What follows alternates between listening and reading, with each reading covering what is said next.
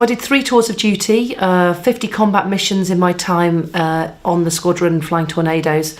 One mission that always sits, pretty much high up in my memory bank is an evening. It was a night mission. We were taking off about 10 o'clock at night until 2 o'clock in the morning. And we had just swept up our last target, and we were sort of setting the nav kit back towards base, and I was going home the next day and I was starting to relax. And I'll be honest, the area that we were flying in had always been really quiet, nothing particularly happening, and so complacency might have started to creep in as well. But suddenly my navigator in the back seat just shouted, "Mandy, brake right." Instantly I reacted to his call, because basically we had been engaged by a surface-to-air missile. It had locked onto the heat source of our engines. We performed the manoeuvre and we put out our flares, which act as a decoy to take that missile away from being locked onto the heat, and it picks up those flares. It exploded about 2 miles away from our cockpit, and then the whole mission changed for us, because the way it worked out in that theatre of war at the time was that once an aggressive act is made towards any members of that coalition force, and there were about 80 aeroplanes airborne that night, operating out of 4 countries around the Persian Gulf, you're entitled to prosecute an attack on a target. And so instantly you've got to go through a decision-making process. I happened to be leading my first ever combat mission. I was the junior member of the team. I'd been trusted to lead, and suddenly, quite frankly, complexity's gone through the roof. And so actually, for me, it was all about raising the game, being accountable for my actions, choosing a pathway, utilising the team members to get the very best from my team as well, but asking advice where it was needed. And I think my boss that night really gave me the most outstanding example of leadership I've ever seen, because, as I say, he trusted this junior team member when the complexity was low, and the second we got a shot at it, all changed. We had to go and find a tanker, we had to refuel, and then we pressed back into Iraq. And I actually was unsuccessful in my refueling, but I was still leading the mission, and I've got to make some decisions. Do I carry on trying for personal gain, or do I step back and allow the rest of my team to refuel? And that's what we chose to do.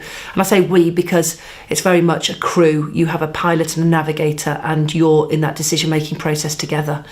The rest of my formation, my boss was my number 2, and a senior member of the team, the executive officer, they were number 3, and they went back into Iraq and they located the target and they destroyed it. And myself and number 4 landed on our fumes back at base. And I felt like I'd failed. But actually, when I ran the debrief, it dawned on me that, we were successful in our task. We were the only formation that had actually had a direct hit on our target that night. We were successful as a team, and sometimes it's about that overall success, isn't it? It's not about the individual glory, and it's about selflessness. It's about looking at what the task is and utilising everybody's skill sets for that.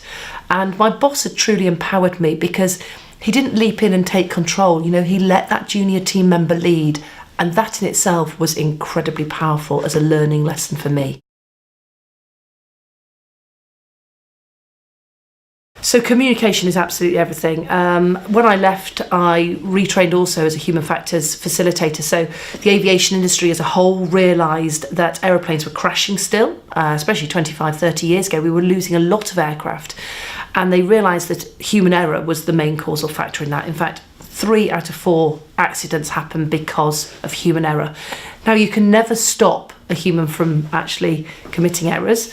However, what you can do is educate people in the human elements that can make a difference. Communication is one of our top priorities in that as well. So there are 16 areas that we cover within that human factors training, everything from leadership to decision making, the way our brains work and we process information, our situational awareness, understanding the bigger picture and how everything comes together.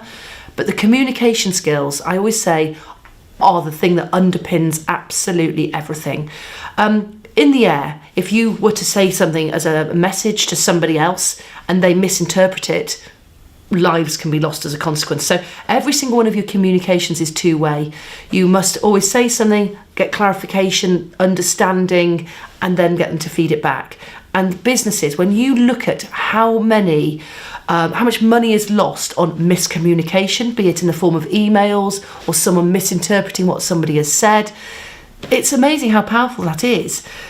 So how can we change that? And I run quite a lot of sessions looking purely at communication skills, looking at the way that teams work together, and actually sometimes breaking down those barriers of an email is not always the best, course of action. Picking up a phone, having a personal relationship, knowing the person on the end of that line is so powerful to how business is done. And I think we've got away from doing that a little bit. Leadership is not a title, it's an action. I read that, I loved it, because that is exactly it. So when you join the military, we spend 6 months now, I think it's 9 months actually, for officer training, really learning how to be a leader. And they take you through a process, they almost wear you down to your lowest ebb to begin with. I think you've probably seen that on all the programmes about sort of, the forces. Because what they're trying to do is work out where your own personal strengths and weaknesses are. Until you understand how you tick, how can you ever be part of a team and understand how the members of your team work? And then once you understand your own personal strengths and weaknesses, then you can see those are the members of your team, and then you're built up into put into leadership roles where you're going to be making decisions as well. And the big thing for me, and it was never spelt out, but what you're trying to create in leaders, I think, is you're trying to take someone from a transactional leader, i.e. I'm paying you to do a job, go lead. That's not a leader, that's a manager. If you're wanting leadership is somebody that takes an organisation or a group or a team to the next level. You're getting things out of that team that they didn't believe they could as a set of individuals. And so you're becoming a transformational leader, and that's the big difference. So you're basically, leadership is that action that we can see. I think it all goes down to empowering the team members. So if you have a team, a leader that basically is quite authoritarian, I think that's a very old school style of leadership. We've certainly seen changes enormously in the workplace about how people are leading. But if people are just being told what to do, they're not feeling engaged, and therefore they switch off. You've got a completely unempowered team. You hear people saying, well, what's the point? There's no point in pushing that upwards, because, I'm not going to be listened to. Nothing ever changes around here. If people have a voice and they feel that the leader is listening to them, suddenly you've now got engagement. You've got people that feel they can make a difference to the team, and actually people all come on board. And so for me, what can people do in a leadership role? It's about actually listening to the people right from the bottom levels. So, when we're looking at safety, for example, in the aviation sector or actually across all industries, you want people to feel the ability to challenge authority. They want to come in, have a voice. How powerful is that? That you come in, you might have only been on the job for one day, but you see a better way of doing it. And you feel empowered to say, I've seen a better way of doing it. And people go, wow. People come on board. If people are just doing what they're told to do, then actually it's never going to work.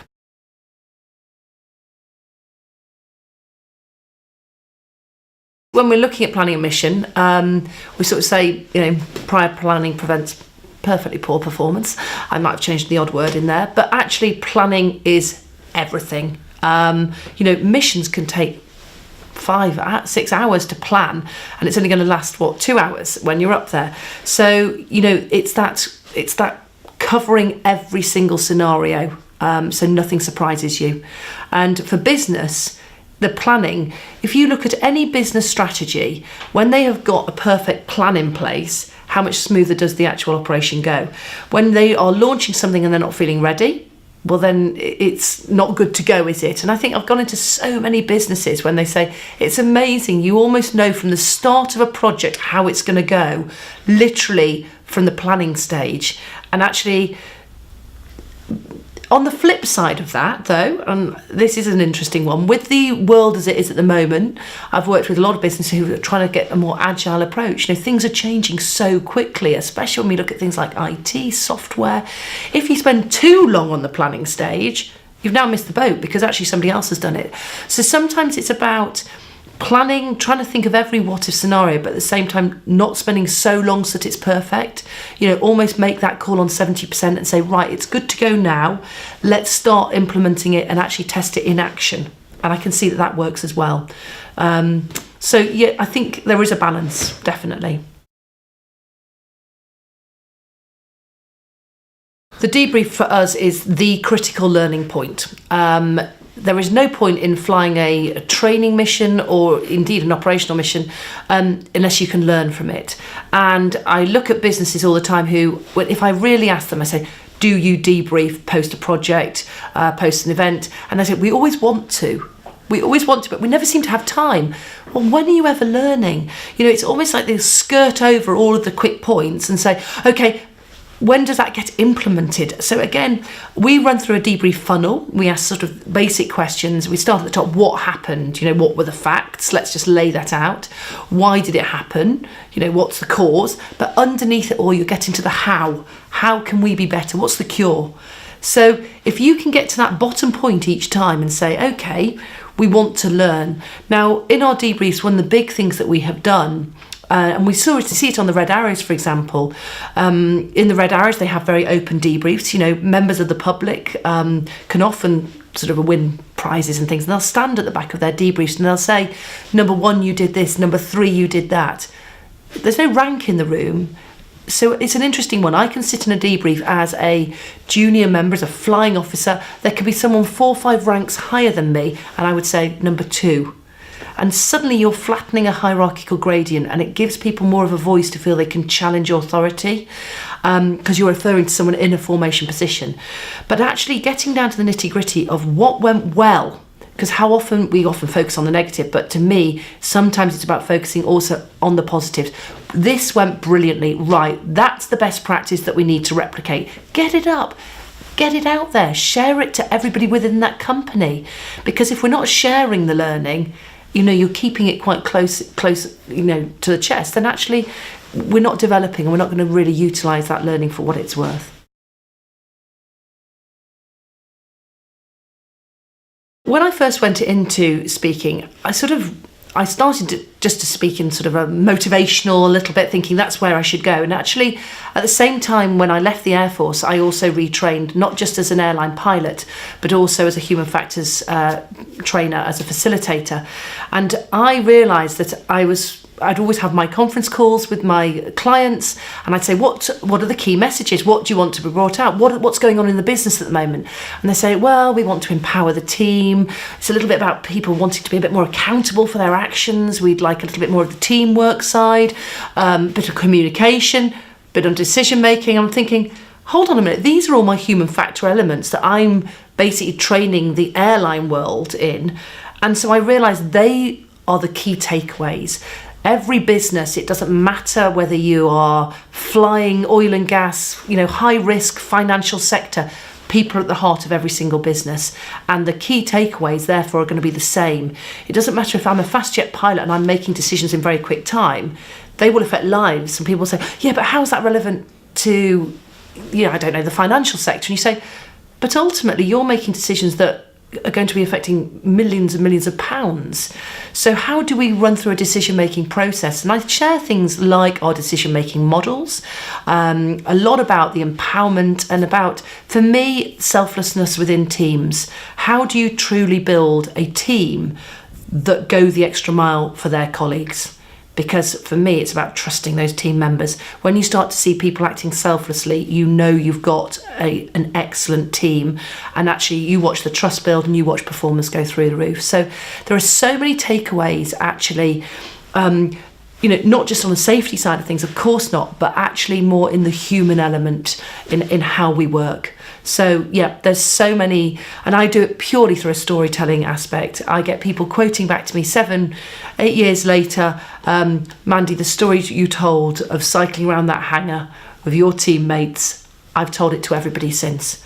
Wow, that's really powerful that people remember stories. They don't remember facts and figures, they always remember stories. And when we talk about leadership, you look at the good leaders. How do they lead? Well, they lead through storytelling.